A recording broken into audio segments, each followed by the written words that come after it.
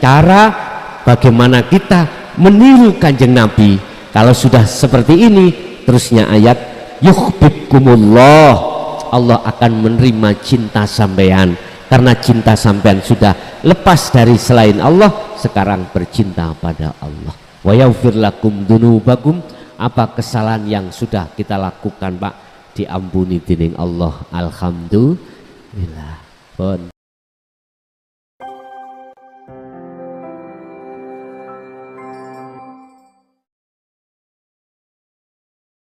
Monggo ditingali ing dalam surah Al-Baqarah ayat 208. Tetapi bagaimanapun juga kita sebagai manusia, al-insan, Allah ciptakan kita di samping unsur dari jasmani juga rohani. Disebut manusia karena kita dijadikan Allah dari unsur jasmani juga unsur rohani. Ini nggak bisa dibantah dari agama apapun seperti itu. Sebab manusia jasmani tanpa rohani dadi ini nggih napa? Kados patung. Lah ngoten nggih. Patung. Dadi mayit ya. Pun Allah ciptakan kita dari jasmani dari unsur saripati tanah. Allah ciptakan kita dari rohani, dari Allah Nur Muhammad yang nantinya harus kembali kepada Allah. Wa inna ilaihi raji'un. Melihat dari surah Al-Baqarah ayat 208 tentang penyempurnaan Islam. Ya ayyuhalladzina amanu khulu fis-silmi kafah. Wahai orang-orang yang beriman, di situ kan ada tahapan toh Pak. Islam, iman, ihsan. Otomatis nih. Ini kita bicara sesuai dengan Al-Quran yang dalam ruang lingkup agama, di mana Allah lewat utusannya Rasulullah Muhammad sallallahu alaihi wasallam, walladzi arsala rasulahu bil huda wa dinil haq. Beliau diutus oleh Allah untuk membawa dan menyampaikan dinul haq, membawa hidayah dan agama. Dinul haq niku dinut tauhid. Kita kembali kepada surah Al-Baqarah ayat 208 Pak. 208 menawi sing ngasta Quran saged dilihat. Mungkin yang HP-nya ada paketannya dibuka di Google saged. Wahai orang-orang yang beriman, ulhulu do mlebu sira kabeh fisilmi ing dalam agama Islam kafah kali sampurna. Yang dipanggil Allah itu mengapa ya ayyuhalladzina amanu, kok bukan ya ayyuhal muslimun? Udkhulu mlebu sira kabeh, masuklah kau fisilmi di dalam agama Islam kafah dengan sempurna. Mengapa kita sudah iman kok disuruh nyempurnaake Islami? Kok enggak ya ayyuhal muslimun iki Pak? Kita kan sudah iman. Mengapa disuruh untuk menyempurnakan Islamnya? Karena iman kita masih ada di nurul iman, belum di hakul iman, belum. Artinya keislaman kita dalam rangka menjalankan perintah Allah dan meninggalkan larangan itu masih sebatas jasmani. Sebatas jasmani. Rohaniah kita kebanyakan belum. Huwaladzi arsala rasulahu, dialah zat Allah yang mengutus utusannya bil huda, dengan membawa petunjuk, wa dinil haq, dan agama yang bertauhid. Lah, bertauhid inilah, ajaran tauhid inilah ajaran yang khusus mendidik terhadap kita terkait rohaniah, bisa mengesahkan Allah. Bahasa sederhana kata Rasul, sallu kama ra'aitumuni usolli. Kau akan bisa sholat seperti apa yang kulakukan, kata Rasul, manakala rohaniah kita itu betul-betul sudah mentauhidkan Allah. Jasmani kita sudah taat di dalam hukum syariah. Kan kesempurnaan Islam kan duduknya ada di 4, Pak. Syariat, thariqat, hakikat, dan ma'rifat. Lah, jikalau kita sudah mengikuti Rasulullah atau mengamalkan dinut tauhid rohaniah kita, maka kata Rasul, imanmu sudah hakul iman.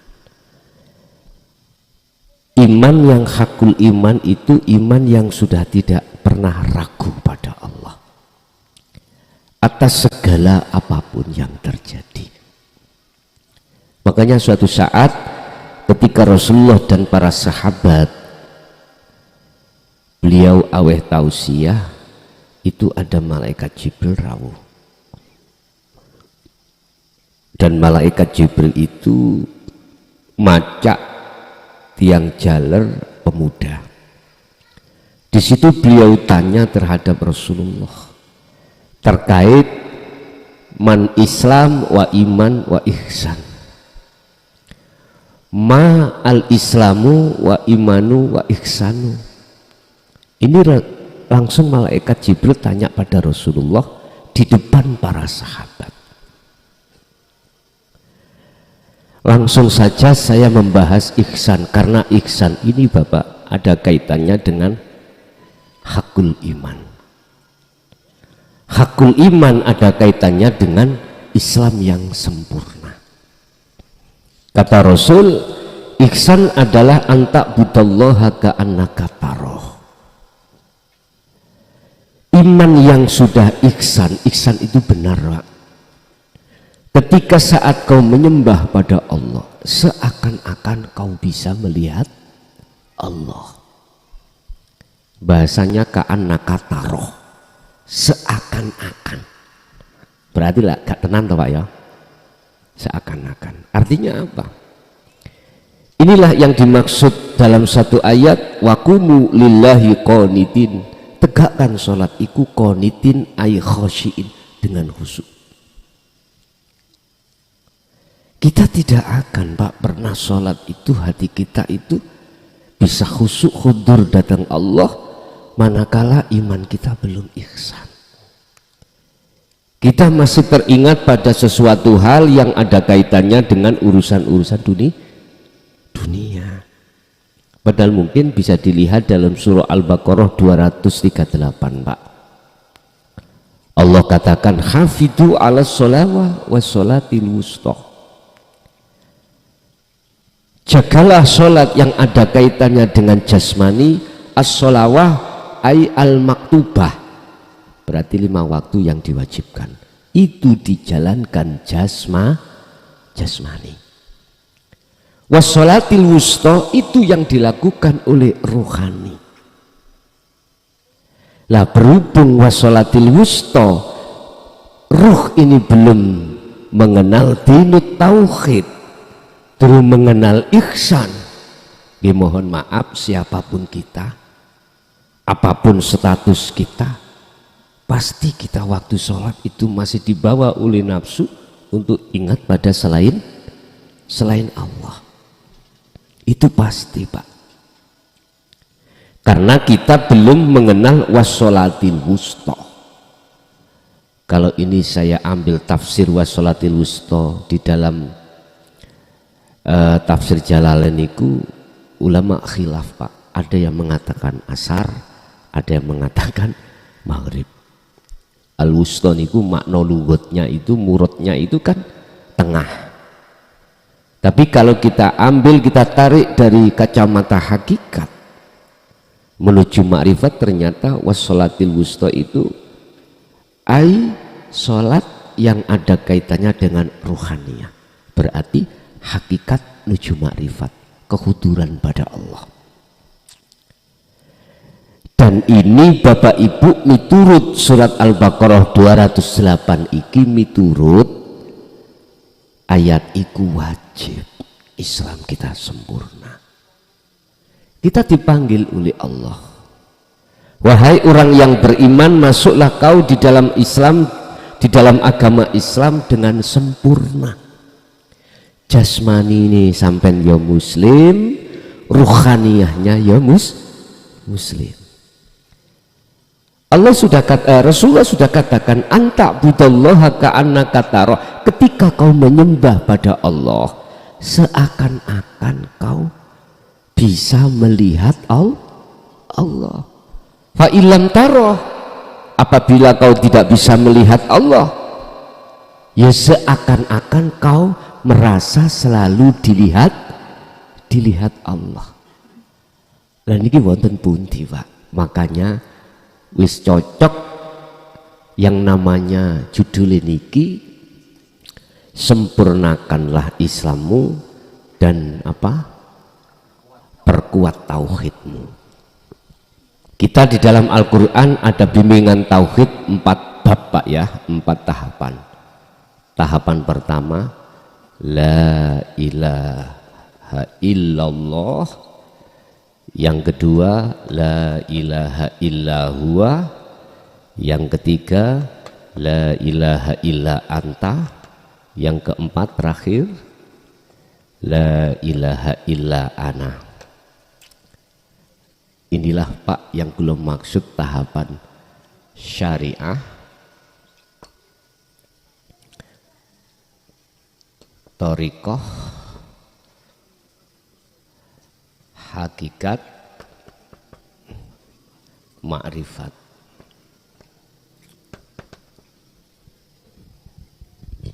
Kebanyakan umat Islam itu berhentinya di sini Pak. Berhentinya di sini, la ilaha illallah. Allah masih dia. Kita tahu munculnya zikir jahri adalah dari la ilaha illallah, diucapkan di lisan.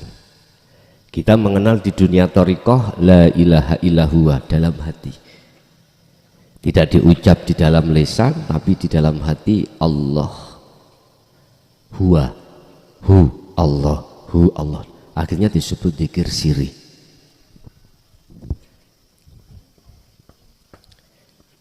Zikir siri.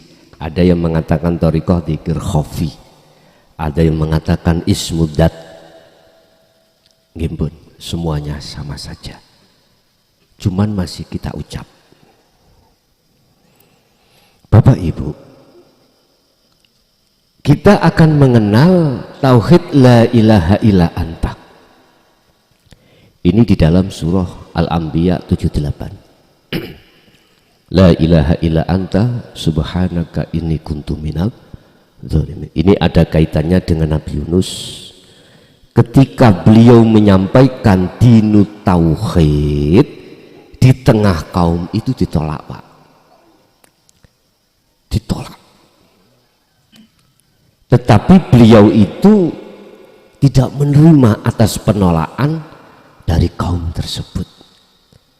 Akhirnya Nabi Yunus berdoa kepada Allah, ya Allah, hancurkan kaum ini yang menolak ajaranmu. Jadi beliau keluar dari kampung dalam keadaan hatinya gerutu nang Allah, gerutu, ganjeli lho Pak.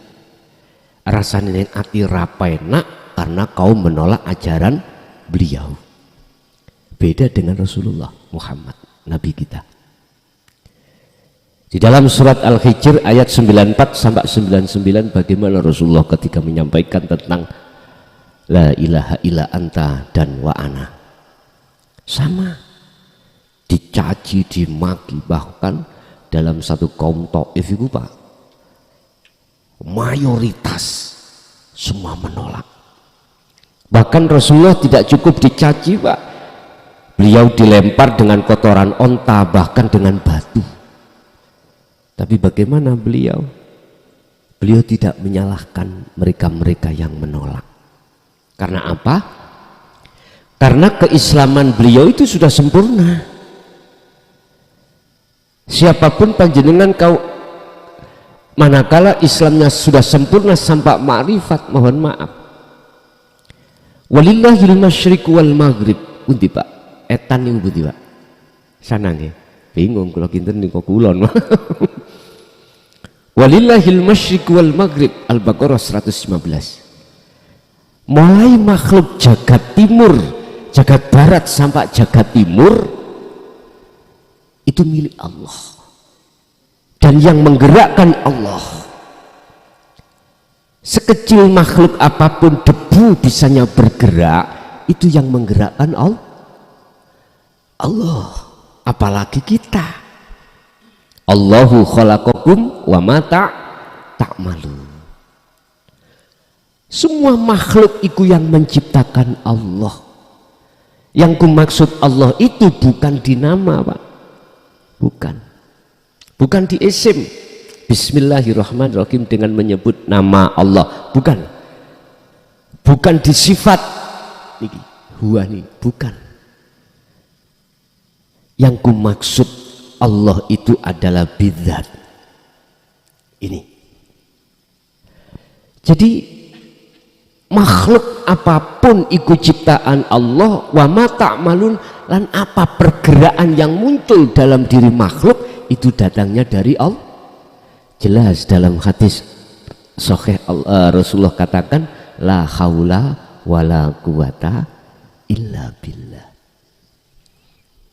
La haula, kita makhluk sifatnya itu tidak punya daya upaya apapun Pak. Berbicara nggak bisa, melihat juga nggak bisa, mendengar ya juga nggak bisa. Ini dari sudut pandang hakikat loh Pak ya, bukan syariat. Contoh saya, apa yang muncul dan timbul dari diri kita, apakah berucap itu kalau tidak illa billah, si makhluk tidak akan pernah bisa. Maksud daripada ajaran dinut tauhid di dalam la ilaha illa anta itu harus memunculkan dalam hati kita perasaan, rasa atau iman bahwasanya semua apa yang terjadi semata-mata karena Allah. Karena Allah. Kita hujah dasar sudah jelas. Wa ma ta'malun, apa yang muncul dalam diri kita apapun atau yang muncul pada makhluk lain itu Allah. Cuman mengapa kita tidak tahu kalau itu Allah hati kita? Karena mata hati kita yang disebut ainul basiro itu masih tertutup oleh sesuatu. Jasad kita dikasih Allah ainul basyariyah, mata dohir niki Pak, untuk melihat sesuatu apapun di depan kita. Tatkala mata dohir ini tertutup oleh sesuatu, ya nggak mungkin akan bisa melihat di depan kita. Sama ainul basyirah kita, mata hati ini, matanya ruh, tatkala tertutup oleh sesuatu, terhijabi, itu tadi. Padahal Allah katakan Al-Baqarah 115 tadi, fa aina ma tuwallu fathamma wajhullah. Dimanapun kau mengarah, di depanmu itu ada wajah Allah. Makanya kata Rasul, kalau iman sudah ihsan, antabudallaha ka'annaka taroh, hati jenengan itu loh seakan-akan bisa melihat Allah. Seakan-akan itu bukan berarti ruhaniyah itu bisa melihat Allah, bukan. Yang bisa melihat Allah itu Allah sendiri. Lah ruhaniyah mana? Fana Pak, fana, lebur, hancur. Kita tahu dalam surah Toha ayat 11-14 bagaimana saat Nabi Musa ingin tahu wajah Allah, langsung dia semaput, gunungnya meleleh. Itu artinya kedirian, keakuan diri kita sebagai makhluk itu tidak akan pernah mampu melihat wajah Allah, nggak akan mampu. Lah terus untuk melihat Allah itu siapa? Allah sendiri. Namanya Ahad kan di situ Pak, namanya Ahad. Bapak Ibu, udkhulu mlebu sirah kabeh fisilmi di dalam agama Islam kafah dengan sempurna. Artinya Bapak Ibu tolong, kita masih ada sisa umur di dunia ini, kita gunakan untuk mencari, untuk memahami, menghayati, menaikkan keislaman kita, di mana kita manakala sudah di thariqah naiklah ke hakikat. Di situ nanti jenengan akan mendapatkan wejangan la ilaha illa anta. Nanti jenengan ini akan mengenal namanya zikir sirul asror. Dalam hikam ada, Al-Quranul Qadim juga ada. Apa zikir sirul asror itu? Zikir yang sudah tidak diucapkan baik secara lisan jari maupun kolbi hati, sudah tidak mengucap. Tetapi di dalam zikir ini ada 3 tahap.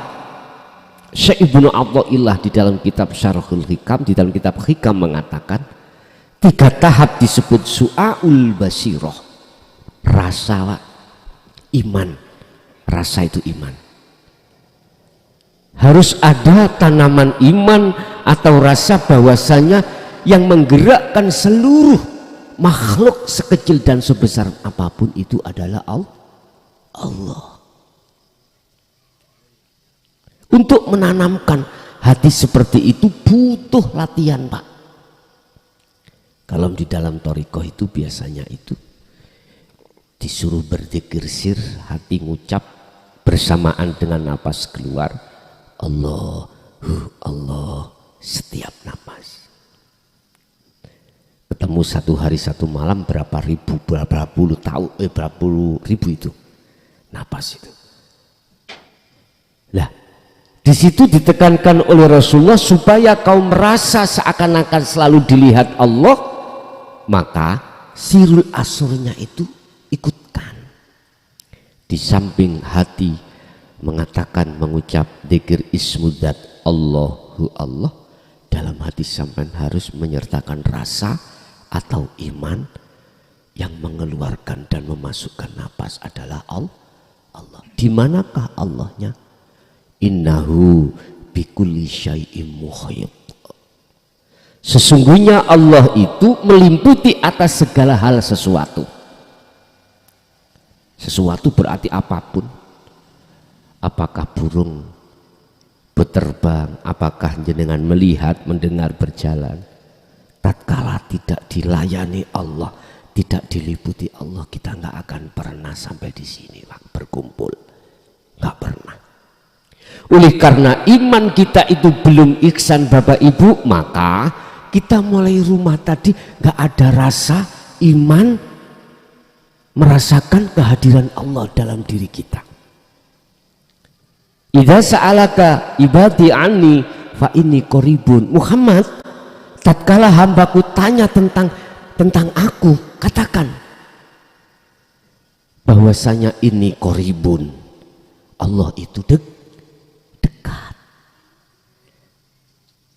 Mengapa kita waktu sholat hati kita nggak ada rasa kalau yang menggerakkan diri kita itu Allah, yang merukukkan Allah, yang mensujudkan Allah? Karena kita belum dibukakan tauhid la ilaha illa anta dan ana. Ini loh persoalannya Pak. Sementara ajaran hakikat makrifat ini setelah zaman Sayyidina Ali sampai 2014 kemarin Pak, para masyayikh terkesan itu menutupi, dirahasiakan. Apa sebab? Tatkala beliau menyampaikan, apalagi secara terang-terangan Pak, pasti dihukumi sesat. Ini beliau pertimbangkan. Akhirnya bila mana terpaksa menyampaikan itu di majelis khusus, nggak boleh tengah umum, nggak boleh. Di majelis khusus pun yang mengaji itu jamaah yang khusus, nggak boleh jamaah lain masuk, nggak boleh. Itu pun disampaikan dengan bahasa kinayah atau bahasa sanepan. Saya ngalami sendiri Pak, tahun 76 itu abah saya sendiri. Ya Allah, saya pertama kali di beat itu tahun 76 itu oleh abah itu Thariqah Qadiriyah wa Nasabandiyah Syekh Abdul Qadir Jailani. Tentang niki mboten dibuka. Cuman saya dibawahi satu pertanyaan. Khas jikalau kau iku mau suluk luju wusul Allah, tondo nek wusul kau itu akan bertemu susuwane angin. Tahu susuwane angin Pak? Susuwane manuk. Nek susuan itu kan nama tempatnya manuk anggrem tau nggih. Sarang ya. Susuh nggih, mriki susuh nggih. Ini mboten nemu lah Pak susuwane angin. Pernah pada saat itu di ladang Pak ada lesus itu Pak ya. Tak anggap itu. Ternyata ketika saat saya taskhihkan pada Abah, saya enggak malah disalahkan, malah saya dijotos kepala saya. Kasar Pak, Abah saya itu Pak kalau didik tauhid kasar. Tapi enggak dibuka, la ilaha illa anta wa anai enggak dibuka.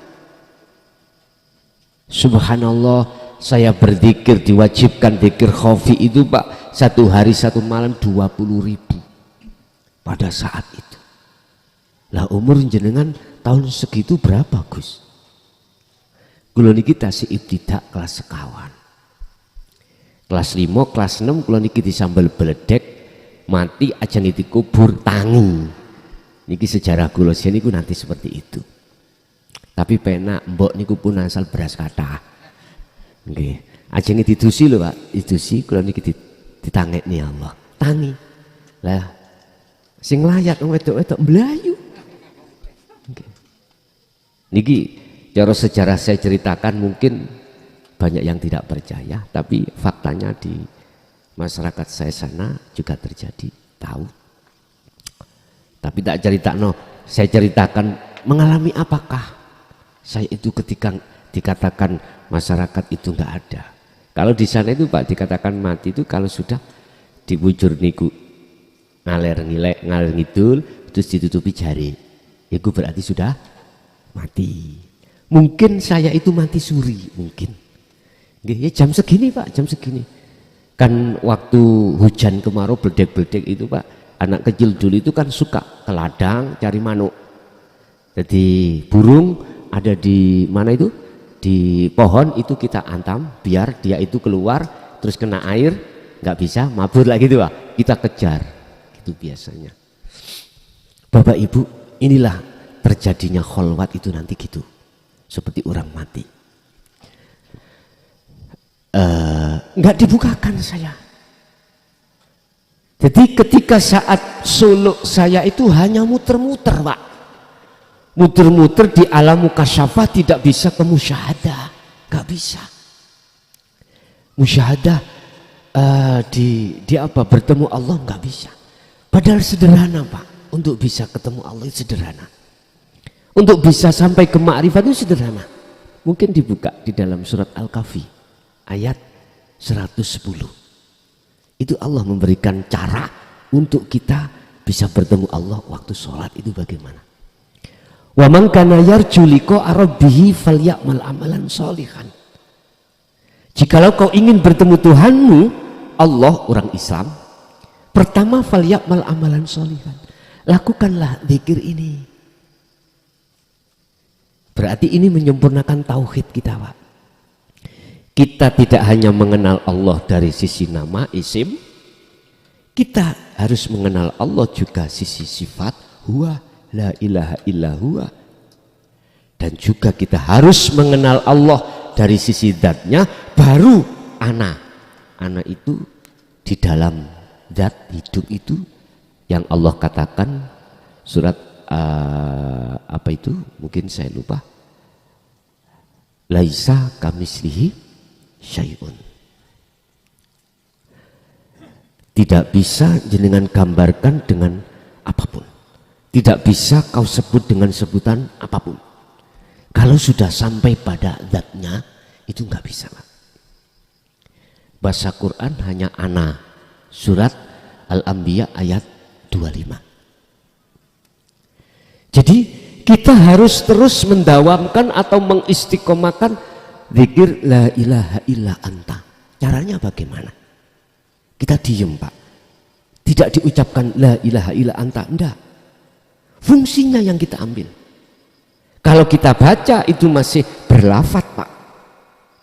Maksud daripada surat Al-Anbiya 78 itu apa maksudnya la ilaha illa anta itu? Anta itu kamu toh, Pak ya. Bahasanya kamu. Kamu berarti dekat. Anta dekat. Dekat anta daripada huwa. Kalau huwa dia. Dia. Jauh. Kalau kita bicara sesama teman, kalau kita bicara dia, berarti tidak ada di tempat. Kalau anta kamu berarti antara ana dengan antara. Dekat sudah, dekat. Ini sejarah asbabun nuzulnya kan la ilaha illa anta kan. Dalam diri kita ada sifat namanya basiroh. Sifat basiroh. Dan sifat basiroh itu di dalamnya ada nafsu lawamah dengan mutmainnah.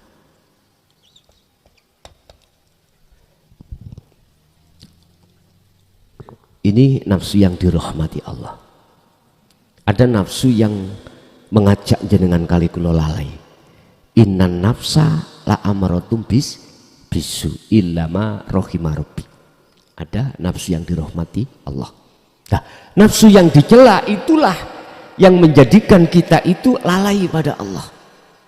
Ruhaniyah kita ditarik oleh sifat basariyah. Di dalam sifat basariyah itu ada nafsu dua, nafsiyah dan amarah, dan inilah yang ngajak berbuat Allah terhadap Allah, mengajak berbuat jelek pada Allah dengan bentuk hati selalu melalaikan Allah. Karena memang kita belum diajarkan ini, Pak. Tauhid la ilaha illa anta. Nggak bisa, Pak. Kita itu sifat basiroh kita muncul. Yang dinafsu lawama iki getuni, Mak. Apa getuni ini? Menyesali atas segala kesalahan apa yang selama ini baik secara jasmaniah kita maksiat, lebih-lebih rohaniah maksiat pada Allah. Ini menyesali. Inilah arahnya taubatan nasuhan. Kalau sudah lawamah ini muncul, otomatis mutmainnah, Pak. Mutmainnah nafsu jiwa yang anteng itu akan kembali kepada Allah. Ya ayyatuhan nafsul mutmainnah irji'i baliyosiro ila rabbiki, terhadap Tuhanmu radiyatan mardiyah. Ini nanti. Cuman kita ada di mana ini? Posisi ruhaniyah kita ada di mana? Kalau posisi jasmaniah kita sudah maklum, Pak. Sudah muslim. Sudah iman. Cuman iman kita masih di nurul iman. Artinya kita masih jasad ini patuh dengan hukum syariat Rasulullah Sallallahu Alaihi Wasallam. Mana larangan ditinggal, mana perintah di jalan. Secara jasmani, cuman rohani kita belum. Makanya sempurnakanlah Islammu dengan cara rohaniah kita harus mengenal, Pak, hakikat makrifat, harus mengenal tauhid la ilaha illa anta dan la ilaha illa ana. niki syariat thariqah kita sudah selesai. Loh, saya belum masuk thariqah muktabaroh, kok katanya sudah thariqah, gitu Pak. Sebetulnya itu kita sejak kecil itu sudah berthariqah, Pak. Thariqah itu apa sih? Jalan. Syariat kita sudah jalan dan thariqah sudah jalan, cuman hakikat dan makrifat kita yang belum jalan. Syariat thariqah niki lungguhe dateng jasmani atau jasad. Hakikat makrifat lungguhe nek nggone ruhani kita. Ilmu contoh niki, syariat itu adalah ilmu sistem, contoh sholat, carane sahnya sholat, syarat sahnya sholat, rukun sahnya sholat, ilmu ini kudu paham. Iki jasad loh Pak ya, jasad. Itu syariat, ilmu-ilmu yang mendidik hati sampean mendidik jasmania sampean ini untuk bisa sholat dengan benar, itu ilmunya namanya syariah. Lah, nama sholat itu adalah thariqah. Sholat, nama sholat itu thariqah. Saya tidak bicara thariqah yang pada umumnya kumpulan-kumpulan ribuan, bukan. Nama aktivitas contoh sholat itu thariqah. Lah, hakikatnya adalah tujuan. Berhubung tujuan kita belum dingelmoni ruhaniyah ini dengan tauhid la ilaha illa anta menuju ana, kita nggak punya tujuan. Apa tujuannya sholat? Bertemu Allah, menyembah Allah. Dikatakan innallaha huwa rabbi wa rabbukum, harus fa'budu. Fa'budu apa? Menyembah. Syaratnya dikatakan menyembah yang benar, yang ayat Allah katakan hadza siratul mustaqim. Sing nyembah harus ketemu sing disembah. Kita nggak bisa Pak dikatakan bertemu Allah waktu sholat. Nah, wong kita belum dididik hakikat makrifat, belum. Ilmu tauhid kita itu masih belum didatangkan. Ini setelah Sayyidina Ali, zaman Sayyidina Ali sampai 2014 kemarin Pak, masih terkesan ditutup-tutupi. Akhirnya kita sebagai umat Islam itu belum bisa sempurna Islam kita. Belum bisa sempurna. Nah, kata Rasul, anta budallaha ka'annaka tarah, kau sholat harus seakan-akan bisa melihat Allah. Ada rasa, jikalau tidak bisa melihat Allah, hati kita harus ada rasa selalu dilihat Allah. Rasa itu iman Pak. Manakala dalam sholat sampai hati ini sibuk selalu dilihat Allah, merasakan bahwasanya Allah yang mendirikan, merukukkan, mensujudkan dalam dan di luar diri kita, maka itulah belajar cara sholat untuk khusyuk. Ingat surat Al-Hadid ayat 3, kalau kita tanya di manakah Allah itu, huwal awwalu wal akhiru wadh-dhahiru wal batin. Di awal dan di akhir setiap masalah, di dohir dan di batin dalam diri jenengan, dalam setiap apapun. Makanya Allah katakan innahu bikulli syai'in muhit, Allah itu selalu meliputi atas segala hal apapun. Itu tadi. Jadi kita berdiri tanpa dilimputi Allah, digerakkan Allah, nggak bisa bergerak sendiri.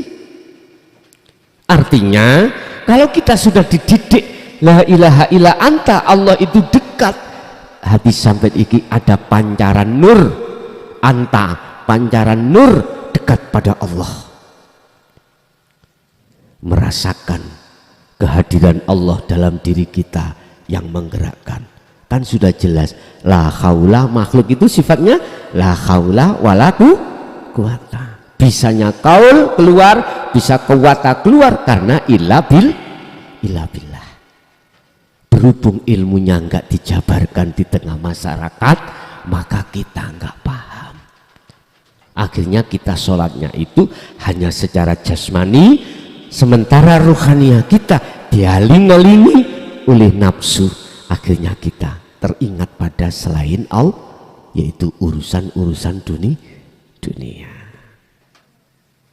Ini sudah digelar, Pak. Sirul Asro tadi saya katakan ada 3 tahap.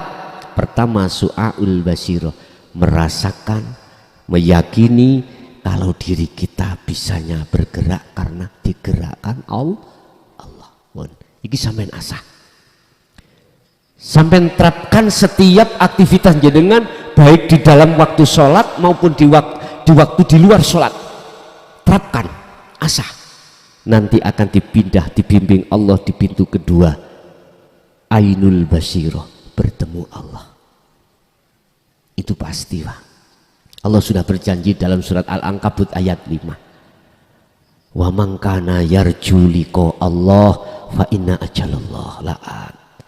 Barang siapa di dalam hatinya hambaku ingin bertemu aku, ingin loh, masih ingin loh Pak ini, maka akan kutumbuhkan tanaman yang namanya rindu.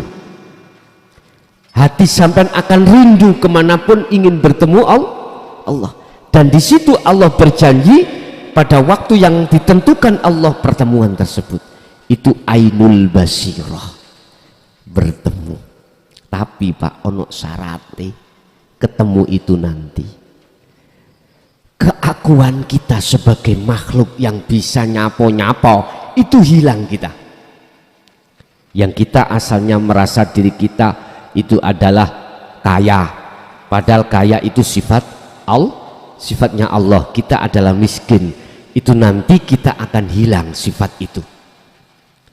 Takabur, riya, hasud niku akan hilang semuanya seiring berjalannya jenengan berzikir sirul asror tadi. Tahap yang ketiga, pos yang ketiga adalah hakul basirah.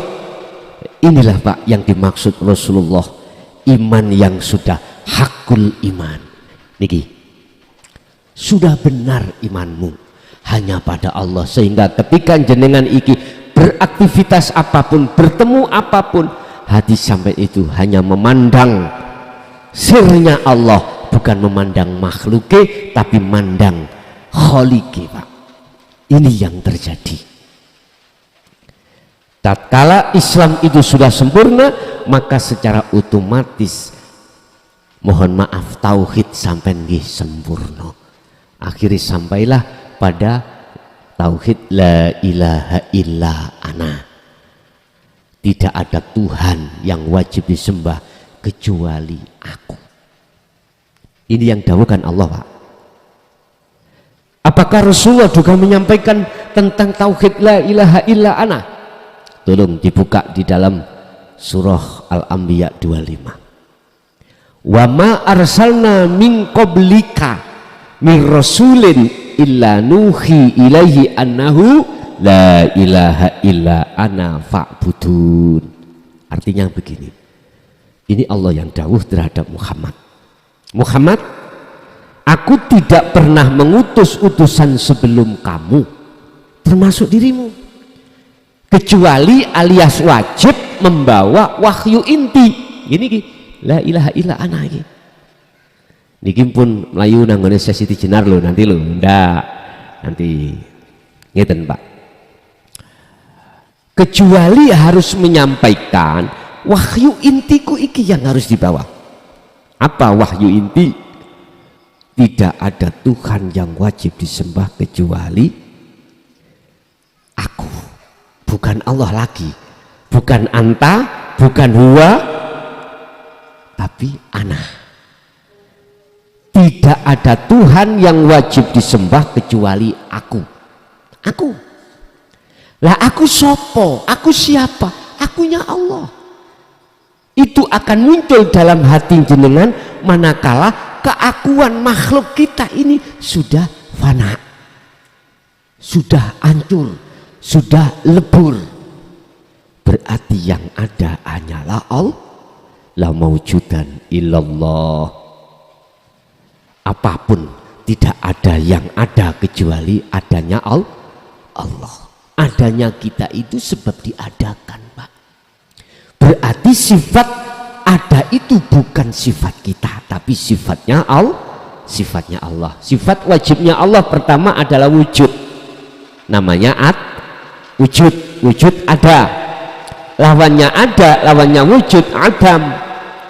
Adam itu tidak ada, itu menjadi sifat wajib kita sebagai manusia.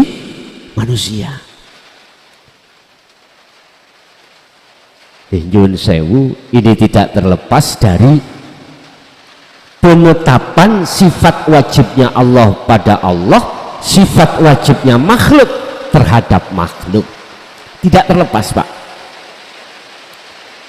Masyarakat hujan seperti ini, yang menggerakkan hujan tidak ada lain kecuali Allah. Kalau sudah sampai ke ana, habis sampai itu mencapai tidak Allah tapi ana, tapi ini tidak dikeluarkan.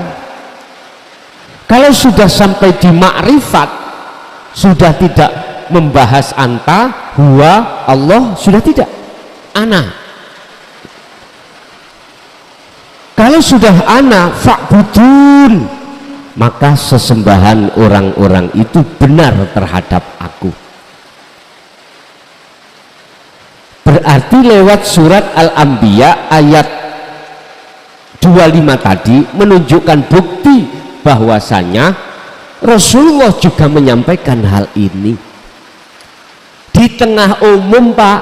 Sampeyan buka di dalam surah Al-Hijr ayat 94 sampai 99. Bagaimana Rasulullah ketika menyampaikan dinul tauhid, dinul haq ini di tengah umum, dicaci, dimaki, bahkan kaum kafir Quraisy Mekah itu, Pak, ya, Abu Jahal, Abu Lahab merencanakan Rasulullah itu mau dibunuh, saking gak senenge para tokoh-tokoh kafir Quraisy itu terhadap ajaran Rasulullah, sampai Allah perintahkan dalam satu ayat terhadap Muhammad terkait hijrah dari Mekah ke Madinah.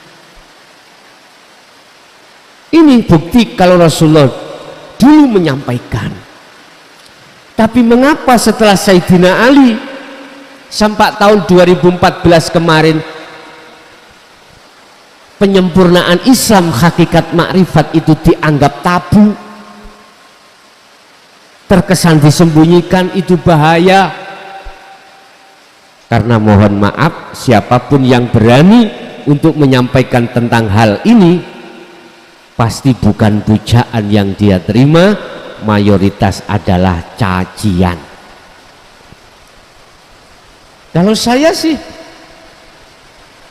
tidak seberapa, Pak, kalau dibandingkan terhadap para masyayikh yang terdahulu, diintimidasi, bahkan ada yang dibunuh. Sayyidina Ali pun juga dibunuh. Ya, ini yang menjadikan para masyayikh yang ahli dalam ilmu hakikat tasawuf tauhid kemakrifat itu, dia tidak mau menyampaikan karena takut fitnah. Kalau terpaksa, akhirnya cukup dalam tempat yang khusus, jamaah yang khusus, dan materinya pun juga dengan bahasa kinayah. Nggak berani terang-terangan seperti ini, Pak, Bu. Mohon kita kembali kepada materi. Yang dimaksud Islam yang sempurna adalah tidak hanya jasmani kita muslim, tapi juga rohani. Jasmani kita syariat thariqat, rohani kita hakikat makrifat. Udah lengkap. Dan itu tidak bisa dipisahkan dari kalimat tauhid, mulai la ilaha illallah sampai la ilaha illa ana, sampai lebih ekstrim beliau Nabi Musa ketika menerima ayat la ilaha illa ana itu, surat Toha ayat 14, Pak. Ketika beliau sudah dikatakan dimusyahadah wusul pada Allah atau makrifat, surat Toha ayat 14, ya, surat Toha ayat 14. 20 suratnya, 14 itu ayatnya. Surat ke-20 itu surat Toha, 14 itu ayatnya berbunyi gini. Ketika beliau Nabi Musa sudah dikatakan melihat gunung tadi lupa ya, leleh beliau semaput, innani anallah, itu Allah dawuh, innani sak temeni ingsun, ana yo ingsun Pak, terus ingsun, innani anallah la ilaha illa ana, tidak ada Tuhan kecuali saya, fa'budni, sembah sira nyembah sira ing saya, sembahlah saya, aqimis sholat, dengan cara tegakkan sholat, lidzikri, supaya ingat padaku. Tegakkanlah sholat semata-mata untuk mengingat Allah. Aslinya gitu kalau kita bahasa makhluk, mengingat Allah. Bahasanya Allah, tegakkanlah sholat untuk mengingat aku, jangan mengingat selain aku. Bagaimana mungkin Pak kita bisa mengingat aku Allah, lawang kita belum paham, belum mengerti tentang hakikat ma'rifat. Kita umat Islam moco kitabnya pinter Pak, banyak kita yang mondok-mondok sampai Alfiyah Jawahirul Maknun, yang namanya fikih mawan Fathul Mu'in gitu, dan lain sebagainya, hadisnya sudah mumpuni, tapi belum tentu sudah masuk di dalam jalur hakikat makrifat. Kul huwallahu ahad, katakan Muhammad utawi Allah iku ahad. Esa, terangno tentang Esa itu bagaimana ya, ini Pak sudah sampai ke ana, fa'budni wa aqimis sholah wa aqimi, dan tegakkanlah sholat iku lidzikri, untuk ingat aku. Artinya ngeten Pak, ketika jenengan iki sholat, kalau sudah sampai pada makrifat, keakuan jenengan ini sudah tiada Pak. Gak merasa jenengan yang bisa berdiri, rukuk, sujud, duduk, enggak. Justru dalam hati sampean ini yang bisa mendirikan jenengan itu, bisanya berdiri bukan karena diri kita tapi karena Allah, karena Allah. Akhirnya hati sampean itu kalau sudah fana keakuan diri, maka muncullah keakuan Allah yang dimaksud, aqimis sholah lidzikri, tegakkanlah, aqimis sholah, tegakkanlah sholah, lidzikri, semata-mata untuk ingat aku. Artinya Pak, kita itu ingat, sadar, semua yang berafal, semua yang berperan hanyalah Allah. Pun kalau sudah sampai di sini, maka Islam sampean ikut dikatakan sempurna, tauhid sampean ikut sudah benar. Artinya perkuat tauhid sampean. Caranya sampean memperkuat tauhid. Tauhid itu kan ilmu untuk mengesahkan Allah. Tauhid itu adalah ilmu untuk mengesahkan Allah. Kita untuk bisa memperkuat keesaan Allah itu Pak, lewat niki muaranya. Sampean fungsikan zikir sirul asrar, di dalamnya itu prakteknya adalah rasa. Sampai harus memperkuat rasa atau iman, apapun yang terjadi, semata-mata yang menterjadikan hidup di dalamnya itu, dan hidup itu adalah Allah. Saya katakan hidup itu bukan sifat, hidup itu bukan nama, tetapi hidup yang kumaksud di sini adalah laisa kamislihi syai'un, zat yang maha suci, yang melimputi baik di dalam maupun di luar kita. Karena itulah, karena beliau itulah, akhirnya terjadilah pergerakan-pergerakan di dalam diri seorang makhluk. Hati kita merasa semua itu Allah yang berkehendak, Allah yang menggerakkan, Allah yang punya gerak pada akhirnya di situ Pak. Manakala jenengan sudah mengasah teng mriki, maka perkuat tauhidmu dengan cara begitu. Semakin lama tauhid sampean itu semakin kuat, mungkin sampean titeni ada rasa rindu hati sampean untuk bertemu Allah, karena Allah itu memang menanamkan buah mahabbah, rindu terhadap hati sampean, karena hati sampean telah menjalankan zikir tersebut. Surat Ali Imran ayat 31 Allah berkata, "Qul in kuntum tuhibbunallaha fattabi'uni." Katakan Muhammad terhadap umatmu, jikalau cintamu ingin diterima oleh Allah, yang nantinya Allah akan menanamkan rasa rindu, maka fattabi'uni, kata Rasul, ikuti aku. Ikuti Rasulullah yang bagaimana? Sempurnakanlah Islammu. Syariat thariqat, hakikat makrifat. Hakikat adalah tujuan. Tujuannya kita adalah bertemu Allah. Ketika tujuan ini kita laksanakan di tengah-tengah sholat, maka muncullah namanya makrifat, berarti bertemu. Berarti makrifat adalah nyatanya hakikat. Nyatanya tujuan kita dari rumah tadi apa? Ingin silaturahim. Ketika sampai sudah di sini, maka inilah Pak yang disebut makrifat, sudah bertemu. Mana syariat kita?